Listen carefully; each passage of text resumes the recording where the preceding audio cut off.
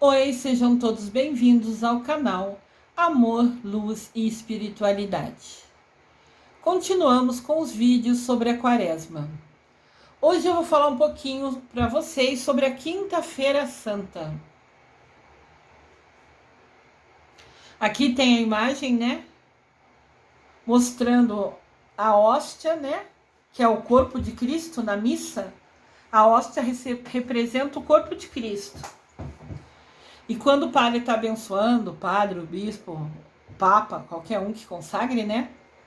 Quando levanta, né, pedindo que seja abençoado, diz essa frase: isso é o meu corpo. Quinta-feira Santa, o início do Tríduo Pascual. Quinta-feira Santa começa o Tríduo Pascual. Tríduo Pascual são os 3 dias mais importantes da Semana Santa. É a reta final da Semana Santa, é o caminho que vai levar Jesus para ser crucificado, para morrer na cruz. Então é a reta final, está chegando os dias tristes. Na verdade, amanhã, sexta-feira santa, é o dia que Jesus vai ser crucificado na cruz por nós. Amanhã é o dia que a gente deve fazer jejum e abstinência de carne, deixar de comer carne, beber bebida alcoólica. É o segundo dia e último dia do ano de sacrifício, de penitência, que a gente, assim, todo cristão, quem crê em Deus, né, em Jesus Cristo, deveria ter essas ações. Quinta-feira Santa começa o Tríduo Pascal. Então, Tríduo Pascual é a Quinta-feira Santa, a Sexta-feira da Paixão, quando Jesus morreu na cruz, e Sábado de Aleluia.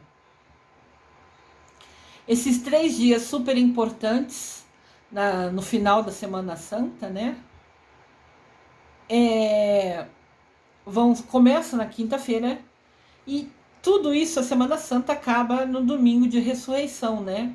Finaliza com a ressurreição de Jesus Cristo, graças a Deus. Então, o Tríduo Pascal é a Quinta-feira Santa, que é a doação. É aquela imagem do lado esquerdo, aqui para a gente visualizar. A Sexta-feira Santa é a Paixão. É a imagem que está no centro, embaixo, no campo inferior. E o Sábado de Aleluia é a imagem que está do lado direito. Então, esses 3 dias, quinta, sexta e sábado, é o Tríduo Pascal. Os dias mais importantes da Semana Santa. Na Quinta-feira Santa, ocorrem alguns eventos. Todos são importantes.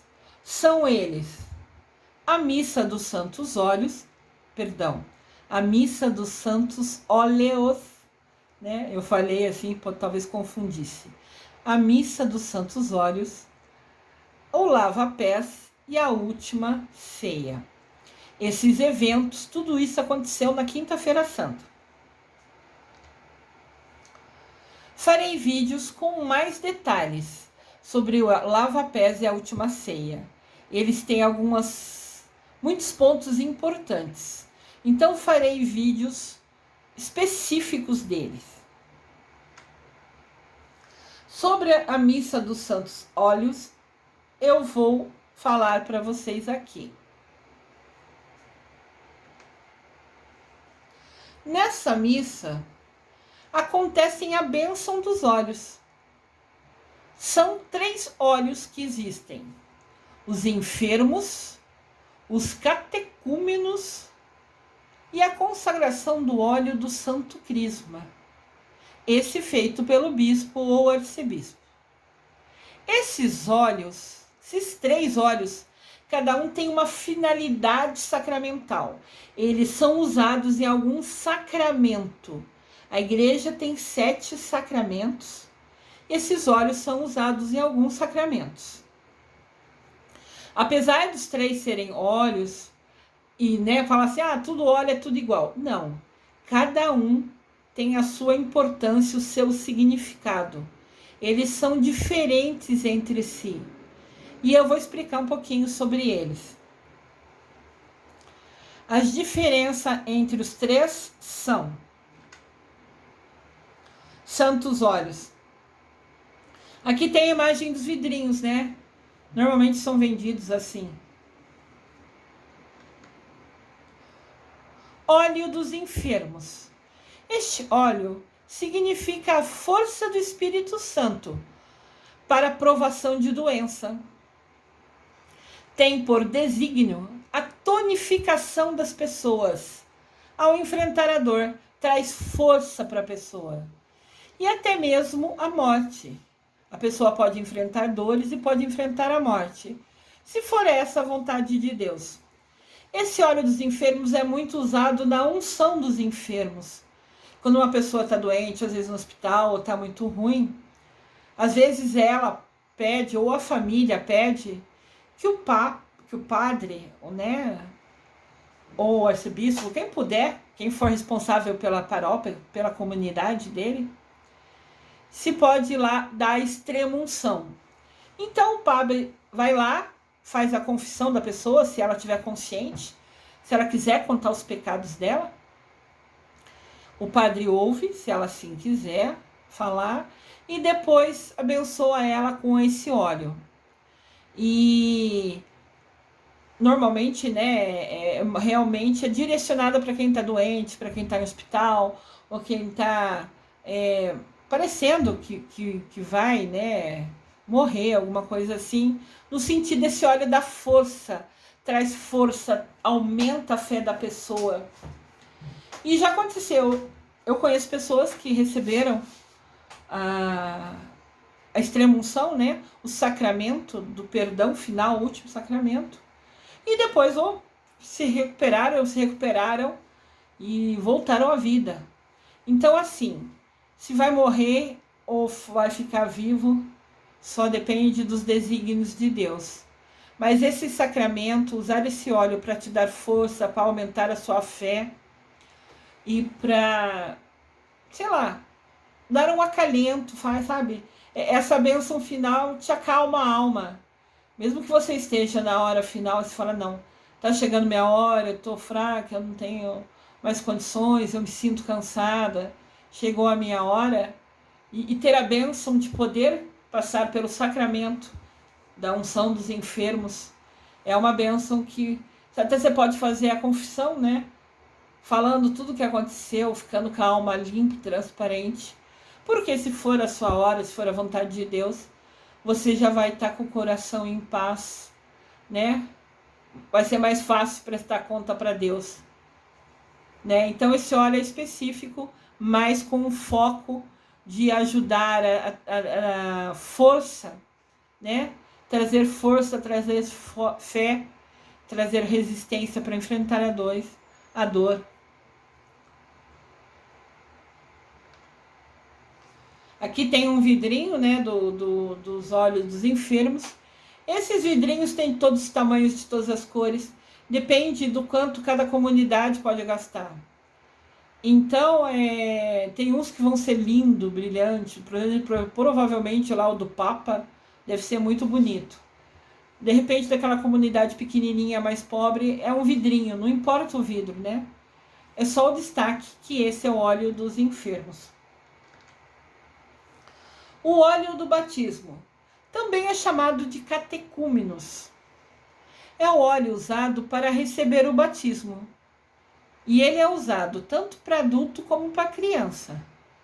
Normalmente os pais que são mais fervorosos, não sei se seria a palavra, que estão, né, conectados à igreja, que participam realmente da missa, quando o filho nasce, ou a filha, vai lá e batiza, né? Logo pequena, neném, às vezes a criança nem sabe o que está acontecendo normalmente.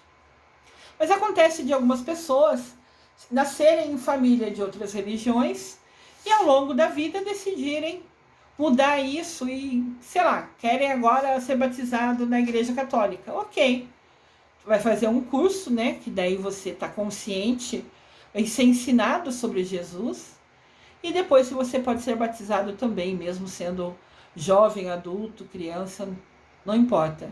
A hora que você quiser ser batizado, sempre será bem-vindo. Este óleo do batismo ou catecúmeno significa a força de Deus que agora penetra nessa criança, nesse adulto que está se preparando para nascer pela água e pelo Espírito Santo. Então, no batismo, tem o evento da água, né, que molha a cabeça, e tem o evento do Espírito Santo, que é quando acende a vela. Normalmente os padrinhos seguram essa vela, que é acesa numa vela grande, que é o Círio Pascal. Eu vou falar sobre ela no futuro. Tem um vídeo sobre ela no sábado de Aleluia, para vocês conhecerem. Então, quando acende a vela, os padrinhos normalmente seguram essa vela acesa. É o momento que a criança está recebendo o Espírito Santo. É o símbolo, né?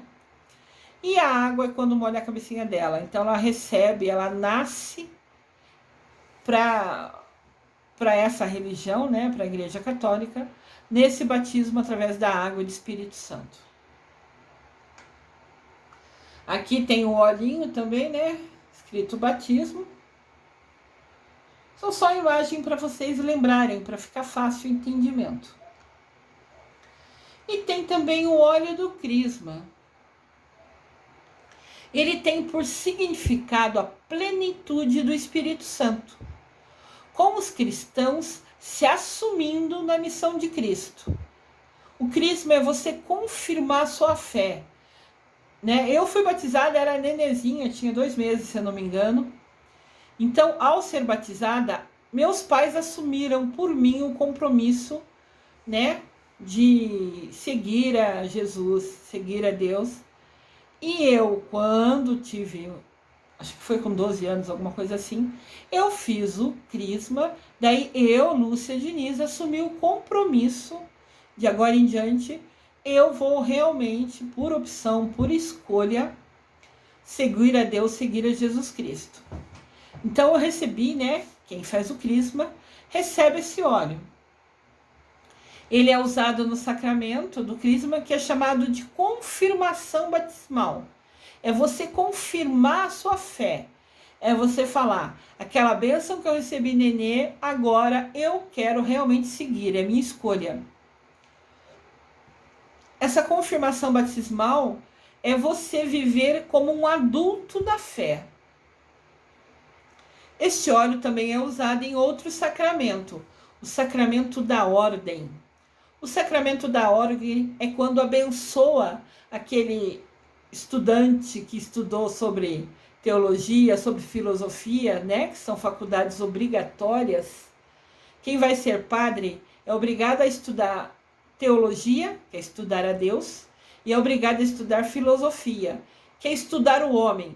Ele tem que entender Deus, tem que entender o homem, para poder assim ensinar esses homens, falar nas suas comunidades, nas suas igrejas.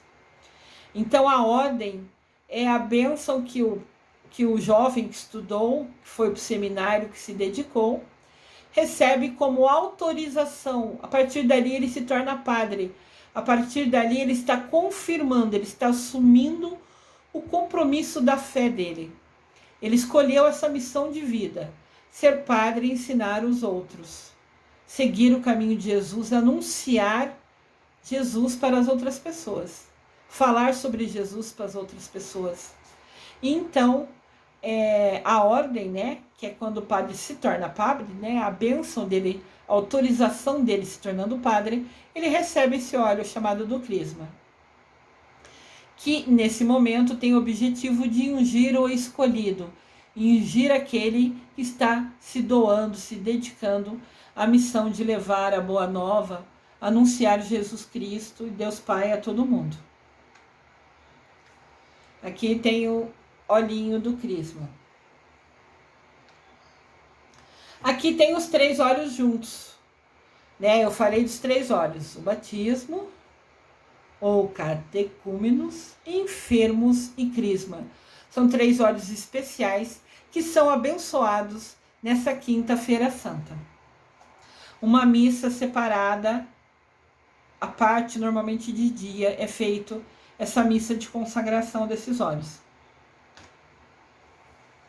Já à noite, na Quinta-feira Santa, começa a celebração de Jesus, com ele fazendo o gesto do lava-pés. Quando a gente imita esse gesto, vai à missa na Quinta-feira Santa e vê essa encenação acontecendo, é a gente refazendo o que Jesus fez. Normalmente o padre lava os pés de 12 pessoas, são sempre 12 pessoas, que são 12 os apóstolos. Então, Jesus lavou os 12 pés, né, os 12 pares de pés dos 12 apóstolos. Então, Jesus lava o pé, então a gente vai à missa na Quinta-feira Santa. E nessa missa, o padre lava o pé de algumas pessoas, de alguns escolhidos. Eu já tive meu pé lavado quando eu era catequista. Às vezes os ministros, que são aqueles que se dedicam, né, a ajudar na igreja, a arrumar as coisas, fazem curso para estar aptos, para ter conhecimento de como ser ministro. Cada ministro tem o seu curso. Tem o ministro da palavra, que vai falar mais sobre a leitura da Bíblia, né, da missa. Tem o ministro da Eucaristia, que é quem tem autorização de, na ausência do padre, pegar a hóstia consagrada. Ministro nunca abençoa nada. Quem abençoa, quem transforma a hóstia no corpo de Deus, é somente quem foi abençoado pela ordem, pelo sacramento da ordem. Então, às vezes, tem paróquias, né? Paróquia é como se fosse a igreja central de uma região. A paróquia normalmente tem o padre ali. E às vezes tem vários bairros em volta que tem igrejas pequenininhas. Essas igrejas pequenininhas a gente chama de comunidade. Então essas várias igrejas fazem parte daquela paróquia. Tem uma igreja grande numa região e as igrejas pequenas dos bairros pertos respondem àquela paróquia daquela igreja grande, né? Da igreja central, vamos falar assim. Então, às vezes, nas comunidades, o padre não consegue ir toda vez celebrar missa. Por exemplo, a paróquia, que é onde minha mãe mora, faz parte, é a paróquia do Rosário. Lá, ela é a matriz, fica na Vila Pompeia. Em volta dela tem 6 comunidades pequenas. 6 comunidades que respondem a essa matriz, que é a paróquia.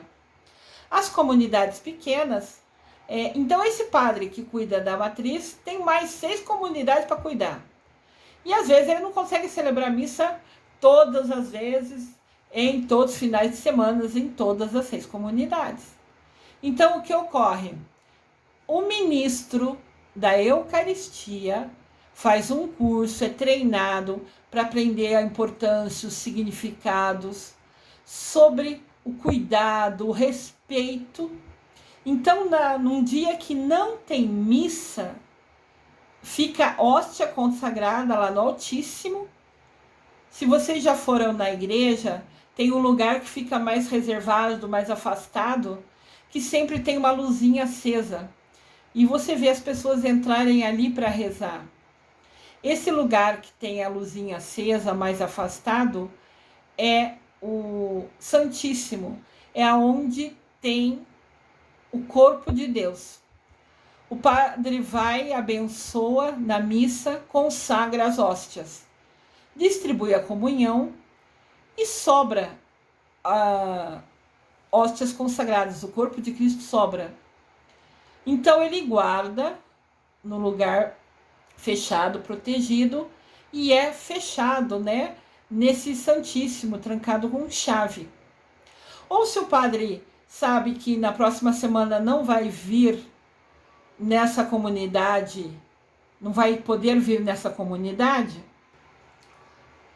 voltando, se o padre sabe que hoje está nessa comunidade fazendo a missa, celebrando a missa, e sabe que ele não vai conseguir vir na semana que vem nessa comunidade, ele também abençoa mais hóstias. Ele abençoa mais hóstias, transformando elas no corpo de Cristo e deixa mais hóstias guardadas no Santíssimo. Assim, na outra semana, quando ele não puder vir, os ministros celebram. O que acontece? O ministro da liturgia vai ser o responsável por falar sobre as leituras do evangelho daquele dia da missa.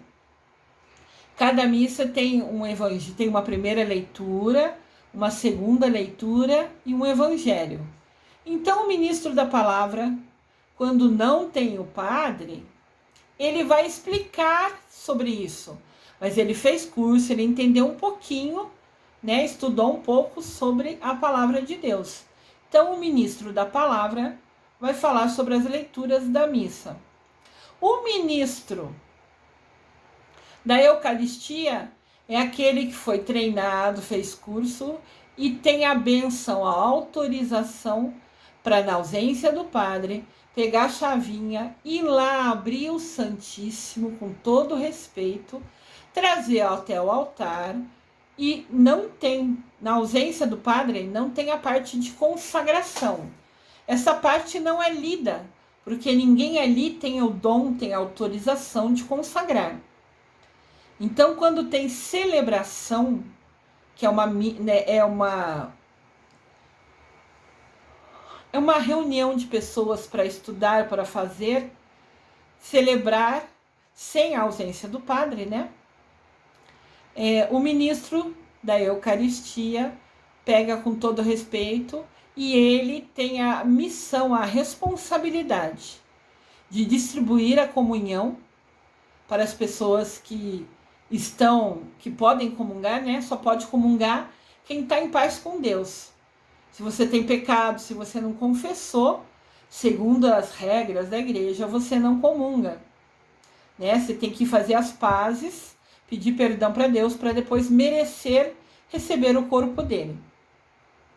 Então, o ministro da Eucaristia vai ser o responsável para distribuir a Eucaristia, o corpo de Deus, né? O corpo de Cristo para todo mundo que foi à missa. E ele é o padre, quando vai entregar o corpo de Cristo, fala: eis o meu corpo. E a pessoa fala amém, normalmente. Então, assim, o ministro vai entregar essa comunhão, distribuir a todos. Se ele perceber que tem pouca hóstia e bastante gente naquela missa, ele ainda tem a responsabilidade de repartir a hóstia para que todo mundo receba um pedacinho do corpo do Cristo. Ele tem até que planejar isso. Ele sabe mais ou menos quanto tem de corpo de Cristo. Se ele ver que tem muita gente para comungar e poucas hóstias, ele ainda tem a responsabilidade de partilhar aquelas hóstias. Normalmente são redondinhas, pequenas. Então, partilhar aquela em mais pedaços para que todo mundo receba. Não importa o tamanho do corpo de Cristo que vai receber. O que importa é ter a bênção de receber o corpo de Cristo.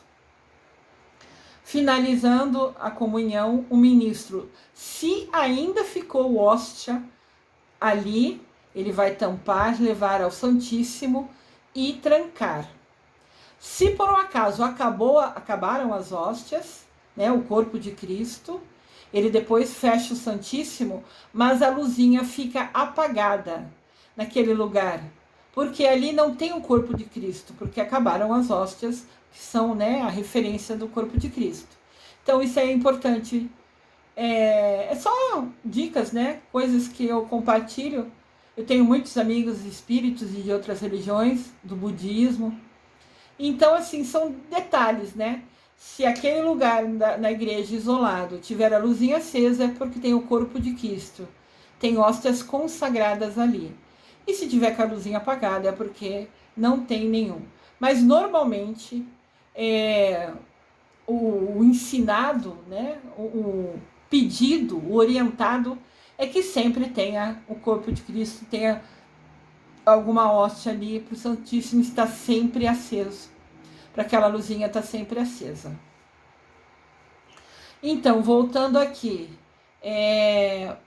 Jesus lavou os pés dos apóstolos. Não sei se vocês lembram, se vocês viram o vídeo sobre a campanha da fraternidade. Tem 2 vídeos, tem um vídeo falando sobre a campanha da fraternidade e tem um vídeo falando sobre a campanha da fraternidade de 2022, que eu dei um destaque diferenciado. Então, no vídeo Campanha da Fraternidade, eu destaquei que na Campanha da Fraternidade 2015, CF quer dizer Campanha da Fraternidade. Como são 2 palavras longas, normalmente a gente abrevia. A Campanha da Fraternidade 2015 era Eu Vim para Servir. Sempre a Campanha da Fraternidade retirada de um versículo da Bíblia, né? E nesse gesto, no cartaz que teve a Campanha da Fraternidade 2015, foi exatamente, né, uma imagem do Papa Francisco quando fez a missa de lava-pés, quando fez a missa na Quinta-feira Santa. Nesse lava-pés, na verdade, o Papa foi até um presídio. Ele escolheu lavar os pés dos presos que ali estavam. Então, a instituição, a chefia lá do presídio, escolheu 12 presos, sei lá com que critérios, né? Acho que os mais bem comportados, alguma coisa assim. Acho eu, não sei. Mas o presídio escolheu 12 presos e Jesus foi até, o Papa Francisco foi até o presídio, lavou, limpou, enxugou e beijou cada um dos 12 pares de pés. Então, o lava-pés é um evento, né? É um momento muito importante dentro da igreja. Esse momento de lava-pés consiste em Jesus lavando os pés dos seus 12 apóstolos.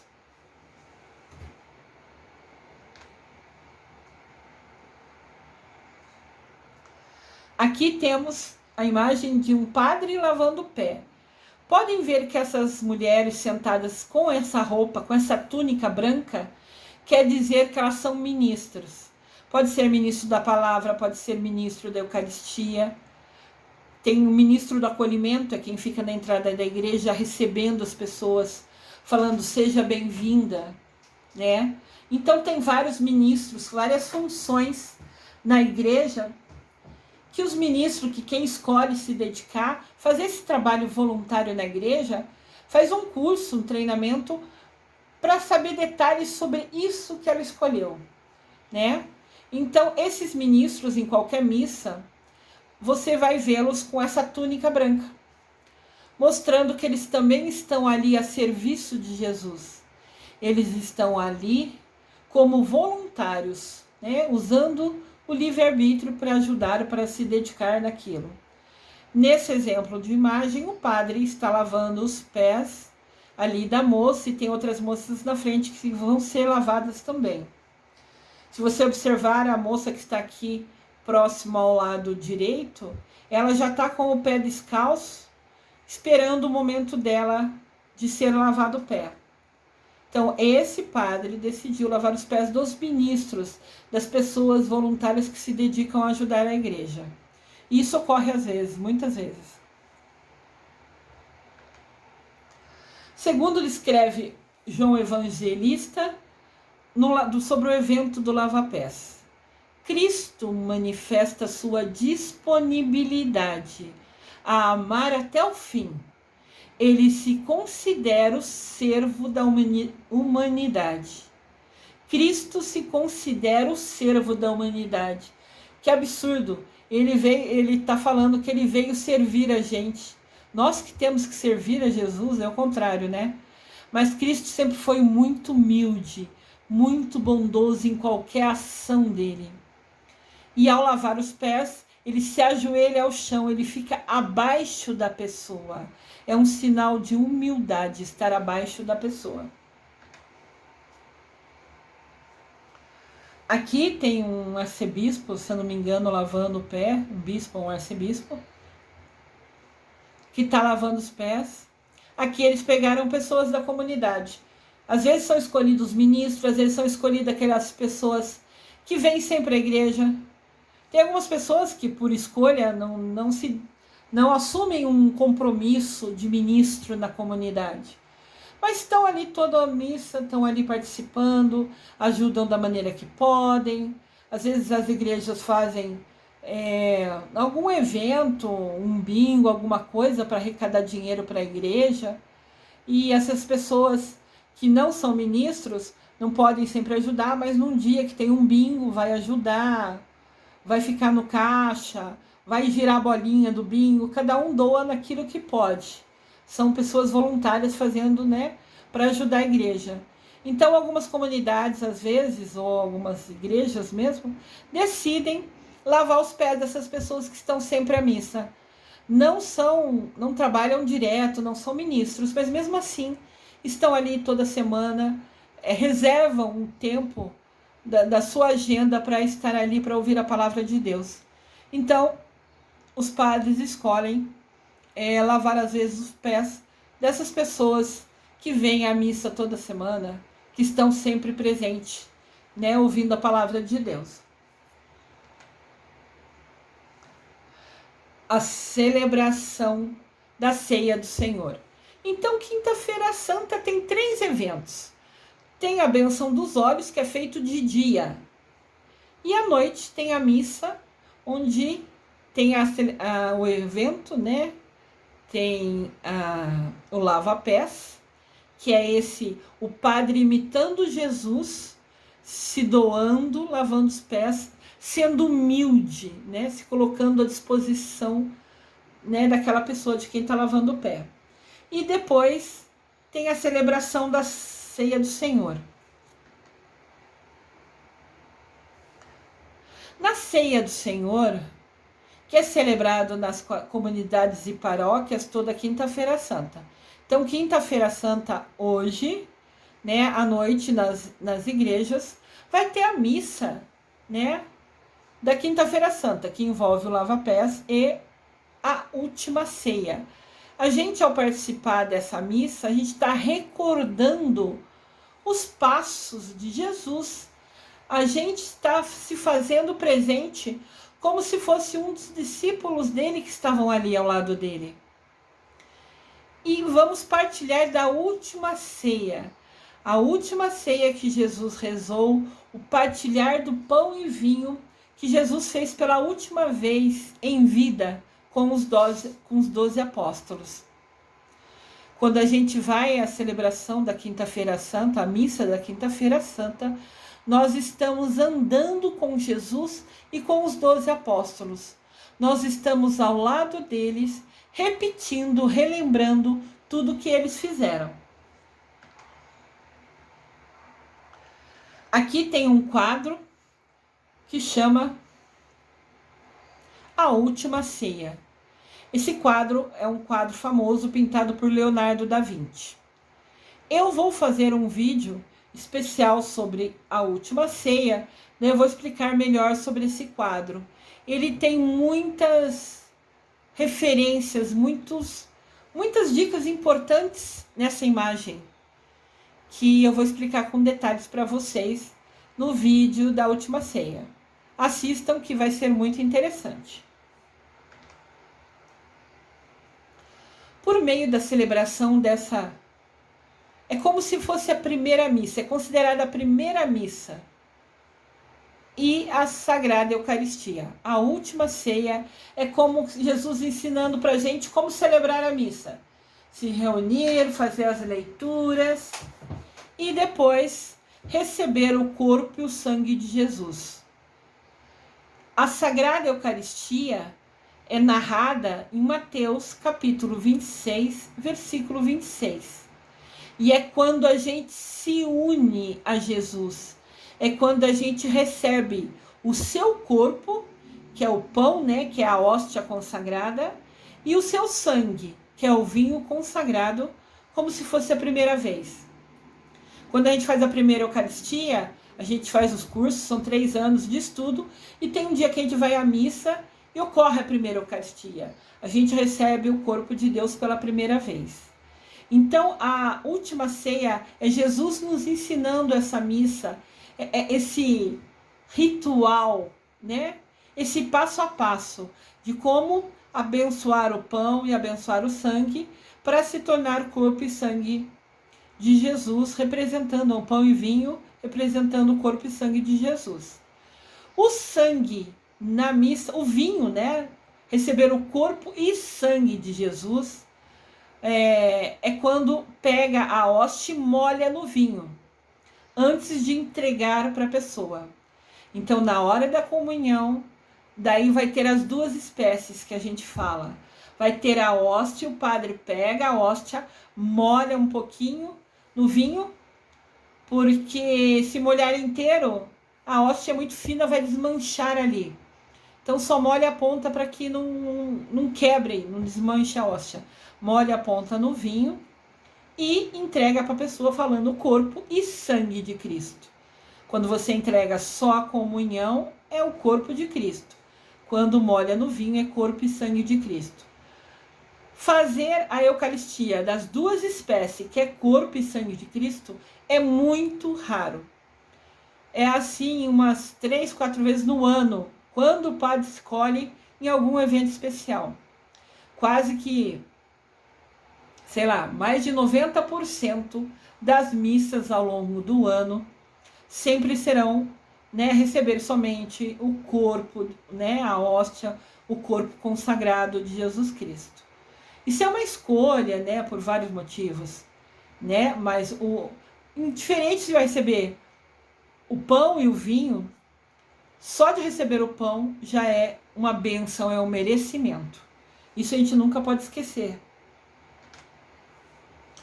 Nessa Eucaristia também damos especiais graças a Deus pelo sacramento da ordem, o sacerdócio ministerial, o serviço de anunciar Jesus.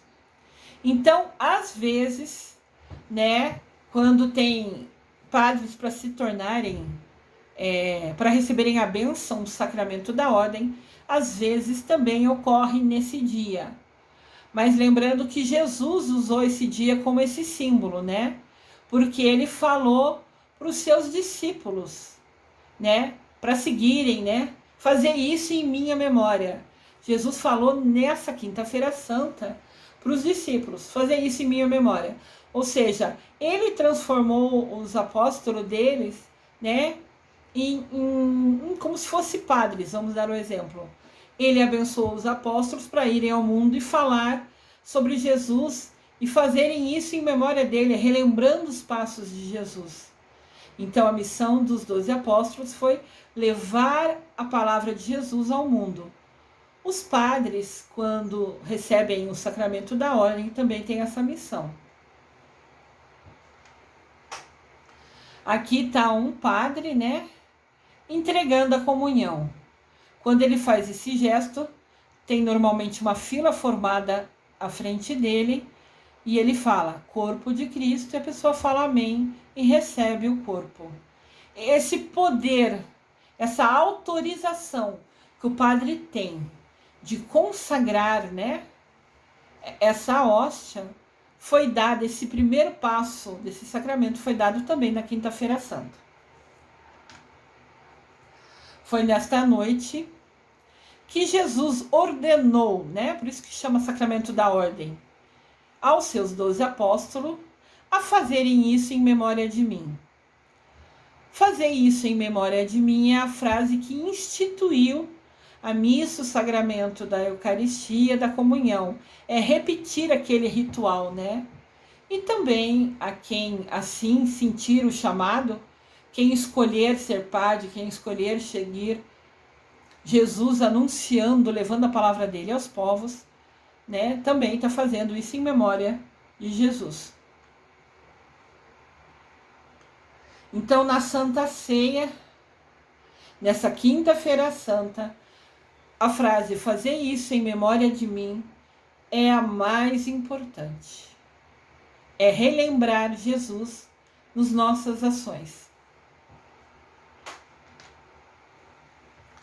Após a última ceia, os apóstolos de Jesus se dirigiram até o Horto das Oliveiras. Aqui alguns livros da Bíblia diferem, né? Tem uns que falam que ele foi com os 12 apóstolos, depois que acabou a missa, né? Que ele fez a última ceia, que ele foi com os 12 apóstolos para esse Horto das Oliveiras, que era um lugar que ele gostava de sentar e rezar. Alguns livros falam que ele foi somente com 3 apóstolos.